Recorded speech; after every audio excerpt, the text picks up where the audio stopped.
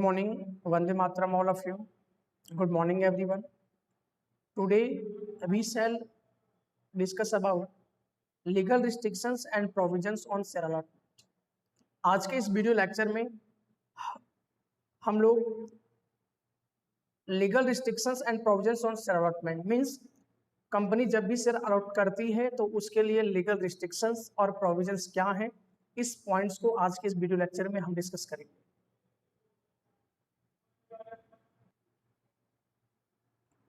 So let's start the topic. Certain restrictions are imposed on allotment of share under the Companies Act 2013 and guideline issued by SEBI. Some of them are as under.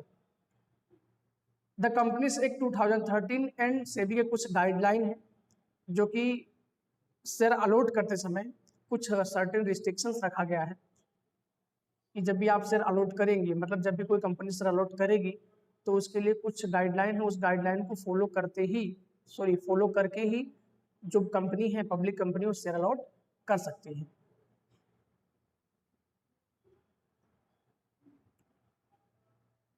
First, a company can not issue share at a discount in a public issue. Company जब भी public issue करेगी, मतलब share के लिए जब भी public issue होगा, last video lecture में हमने डिस्कस किया था कि कंपनी जो है वो टोटल 4 वे से क्या करती है, फंड रेज करती है.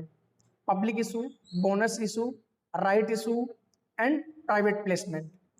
तो कंपनी जब भी पब्लिक इशू करेगी तो कंपनी शेयर को एट अ डिस्काउंट पे इशू नहीं कर सकती. Okay, so first legal restrictions हमें ये गिवन था, provisions. A company can not issue share at a discount in a public issue, मतलब कंपनी पब्लिक में जब शेयर इशू करेगी तो उसे डिस्काउंट पर नहीं इशू कर सकती. After that, second, a minimum of 10% share issued will be reserved for retail investors in a public issue. Company को 10% शेयर रिजर्व रखना होगा रिटेल इन्वेस्टर्स को के लिए. मतलब कंपनी जितना भी शेयर इशू करेगी ना, उस शेयर के 10% रिजर्व रखना होगा किसके लिए, रिटेल इन्वेस्टर्स के लिए. और हमने लास्ट वीडियो लेक्चर में ये भी डिस्कस किया था कि जो कंपनी होती है ना, कंपनी टोटल 4 कैटेगरीज में क्लासिफाई करती है.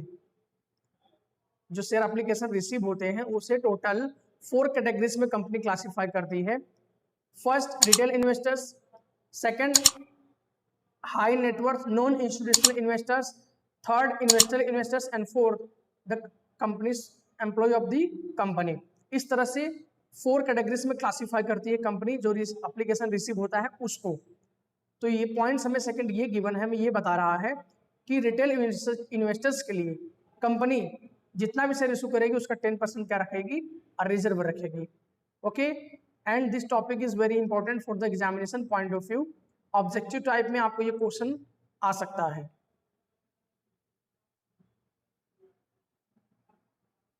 After that, all type of investors have to make application through ASBA process only. Last video lecture में हमने ये भी डिस्कस किया था कि आसबा प्रोसीजर क्या होते हैं. Application supported by blocked amount means जब भी इन्वेस्टर्स शेयर को कोई इन्वेस्टर शेयर को परचेज करना चाहते हैं किसी कंपनी के लिए, तो उसे बैंक में जाकर पहले क्या करना होगा, आसबा प्रोसीजर करना होगा. मतलब वो एप्लीकेशन ओनली आसबा प्रोसेस के थ्रू ही दे सकते हैं. शेयर को परचेज करने के लिए, बाय करने के लिए कंपनी को अगर कोई इन्वेस्टर्स एप्लीकेशन देना चाहता है तो वो ओनली आसबा प्रोसेस के थ्रू ही कर सकता है application. Okay, so all type of investors, जितने भी टाइप के इन्वेस्टर्स होंगे वो एप्लीकेशन कंपनी को कैसे देंगे, through ASBA process only. ASBA process, application supported by blocked amount means किसी भी रिकॉग्नाइज्ड बैंक ब्रांच में जाकर हम आसबा प्रोसीजर्स के लिए क्या कर सकते हैं, अप्लाई कर सकते हैं. और वे बैंक फिर ये किसको इन्फॉर्म कर देगी, कंपनी के जो सिंडिकेट मेंबर होंगे इनको इन्फॉर्म कर देगी कि इस पर्सन के शेयर खरीदने के लिए क्या है, एप्लीकेशन आए हैं. इस तरह से होल प्रोसीजर है. ये लास्ट वीडियो लेक्चर में आपको बता ही दिया गया है. Fourth, entire process of public issue including opening of subscription, accepting application, allotment of share, listing of share on recognised stock exchange is to be completed within 10 days. Okay, ये topic भी जो है examination point of view से बहुत ही important है कि public issue के लिए जितने भी एंटायर प्रोसेस है ना, whole process, like opening of subscription, what is the meaning of opening of subscriptions, ये पॉइंट्स भी आपको क्लियर करा दिया गया है पहले ही। Opening of subscriptions means company जब प्रोस्पेक्टस इशू करती है, मींस लोगों के जो एप्लीकेशन मंगवाती है, लोग जब एप्लीकेशन देते हैं तो उसे कहते हैं ओपनिंग ऑफ सब्सक्रिप्शंस। और जनरली ये जो डेज होता है वो कितना डेज होता है, 3 to 5 डेज का सब्सक्रिप्शन होता है। Opening of subscription 3 to 5 days का होता है। दैट मीन्स इन्वेस्टर्स कंपनी को एप्लीकेशन इन्हीं जो ओपनिंग ऑफ सब्सक्रिप्शन होगा, जो डेट कंपनी तय करेगी, वो तय किए हुए डेट में ही लोग एप्लीकेशन दे पाएंगे, इसके बाद ये क्लोज हो जाएगा। मीन्स फिर कोई इन्वेस्टर्स कंपनी को एप्लीकेशन नहीं दे पाएगा शेयर को बाय करने के लिए। So entire process of public issue, opening of subscription, accepting application, application accept करना, शेयर अलॉट करना, शेयर की लिस्टिंग करना, listing means registration, recognise stock exchange market में, मतलब स्टॉक मार्केट में शेयर की लिस्टिंग करना, ये एंटायर प्रोसेस 10 डेज में क्या हो जाना चाहिए, कंप्लीटेड हो जाना चाहिए। ओके, ये भी आपको ऑब्जेक्टिव टाइप में क्वेश्चन आ सकता है। Thereafter trading on share allotted will commerce on recognise stock exchange, और लिस्टिंग हो जाने के बाद ही ट्रेडिंग शेयर मार्केट में इसका क्या होगा, ट्रेडिंग होगा, मीन्स बाय और सेल हो सकता है शेयर का। After that demat account is compulsory for applying for share and the share will be credited into demat account of the applicant only, means जो applicant होंगे उनको डीमेट अकाउंट होना जरूरी है, डीमेट अकाउंट ओपन कराना compulsory है, जिसे company क्या करेगी, डीमेट जो एप्लीकेंट होंगे उनके डीमेट अकाउंट में शेयर क्या करेगी, क्रेडिट करेगी। कंपनी एक स्पेशल बैंक अकाउंट ओपन कराती है, लास्ट वीडियो लेक्चर में डिस्कस किया था, और उस स्पेशल अकाउंट का नाम होता है एस्ट्रो बैंक अकाउंट, ये कंपनी ओपन कराती है। और एप्लीकेंट को भी एक बैंक अकाउंट ओपन कराना होता है, जिसमें बैंक जो कंपनी है वो शेयर डायरेक्ट कहां क्रेडिट करेगी, डीमेट अकाउंट में। Okay, after that at least 90% of the share issue which are not under return must be subscribed. The company can not issue share if applicant receive are less than 90% of share issued.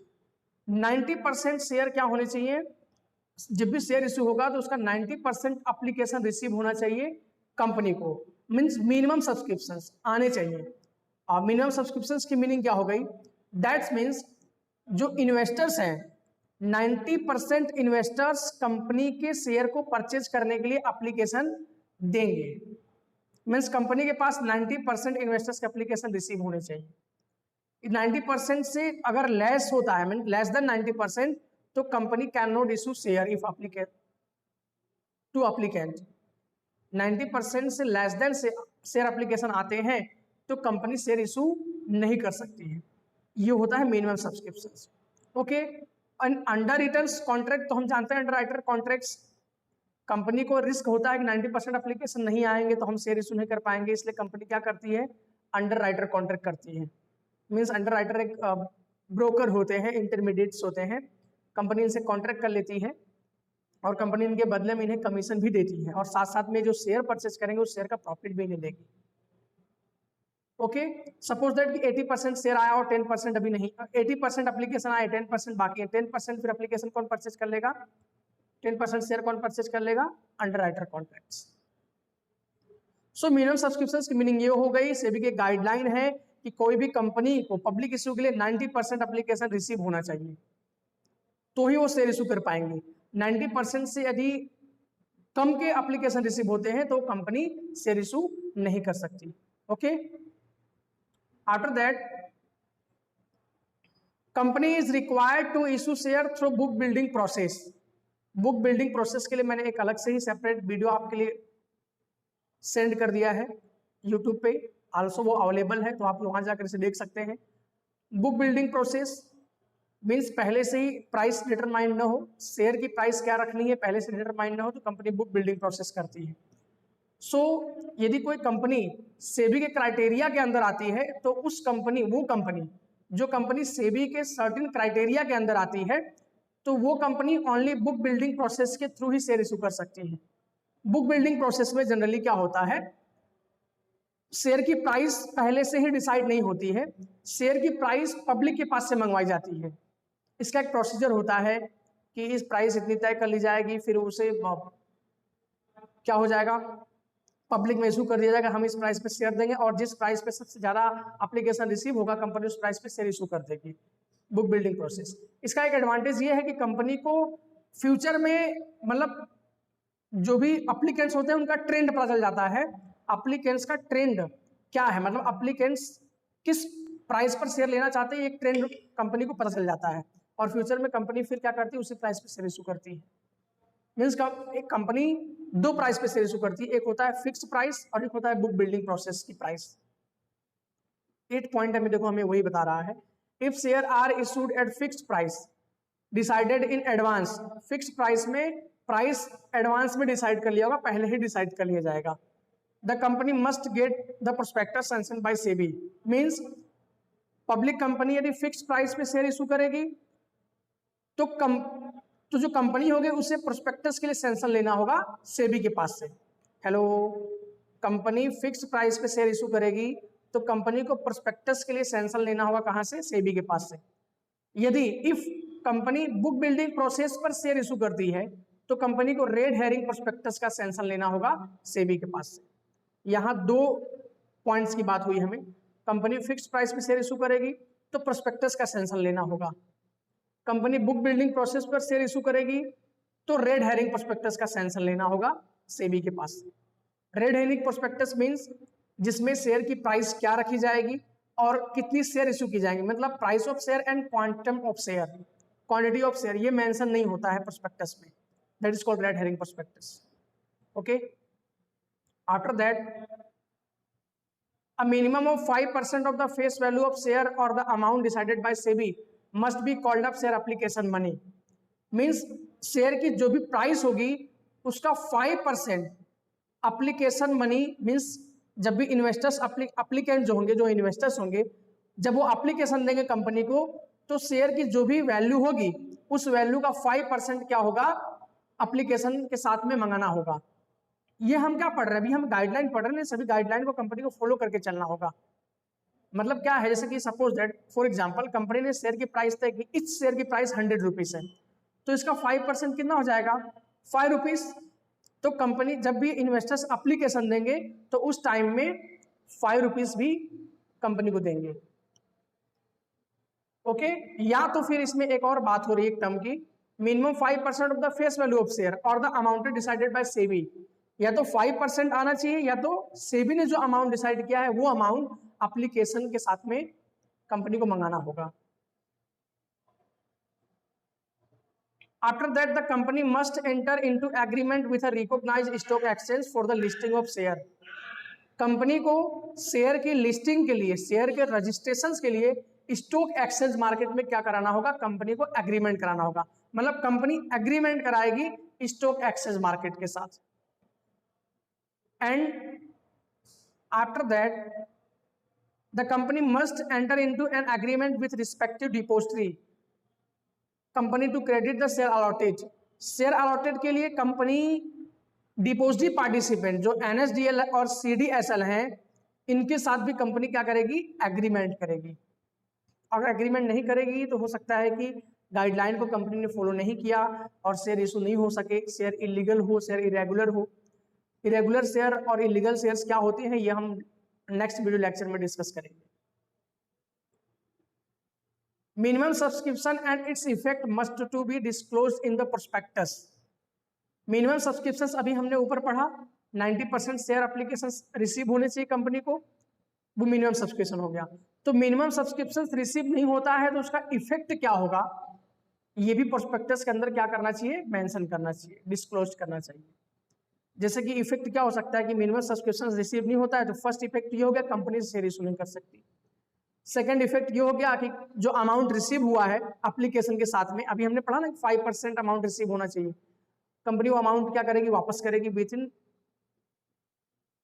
In certain time periods, जो भी prescribe time period होगा उस time period में company को क्या करना होगा, return करना होगा।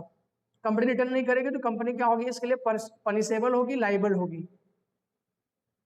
मींस मिनिमम सब्सक्रिप्शंस के इफेक्ट क्या क्या होंगे ये प्रोस्पेक्टस में क्या करना होगा, डिस्क्लोज करना चाहिए कंपनी को। After that the company must have minimum net worth as prescribed by SEBI for making a public issue. Company की मिनिमम नेटवर्थ क्या होगी, है ना। ये भी अपने पब्लिक इशू के लिए क्या करना चाहिए, कंपनी को मेंशन करना चाहिए। 14, if promoter have also purchased share, promoters have also purchased share in the public issue, they cannot sell such share for a certain period prescribed by SEBI, the period is non-lock-in period। जब भी company public issue करेगी और share को किसने purchase किया हो, promoters को। Promoters मतलब हु इज प्रमोटर्स, जो कंपनी को एस्टेब्लिश करते हैं, जो कंपनी को शुरू करते हैं, प्रमोटर्स मींस कंपनी के शेयर को प्रमोटर्स ने परचेज किया हो, तो सेबी की गाइडलाइन है कि वो जो प्रमोटर्स होंगे वो शेयर को एक सर्टेन टाइम पीरियड तक सेल नहीं कर सकते। They can not sell share certain for a certain of period as prescribe by SEBI, this period is non lock in period. जैसे कि नेम से डिफाइन हो रहा है लॉक इन पीरियड, मतलब एक टाइम को लॉक कर देना, एक पीरियड को लॉक कर देना कि आप इस टाइम तक प्रमोटर्स अपने शेयर को सेल नहीं कर सकेंगे, और उस टाइम तक प्रमोटर्स अपने शेयर को सेल नहीं कर सकते क्योंकि सेबी की स्ट्रिक्टली गाइडलाइन है। हाँ, वो टाइम ओवर हो जाएगा, कंप्लीट हो जाएगा, उसके बाद प्रमोटर्स अपने शेयर को सेल कर सकते हैं, शेयर ट्रांसफर कर सकते हैं। सो ये पॉइंट्स थे legal restrictions and provisions on share allotment. I hope कि आपको ये सभी पॉइंट्स क्लियर हो गए होंगे। Okay, good bye everyone, thank you.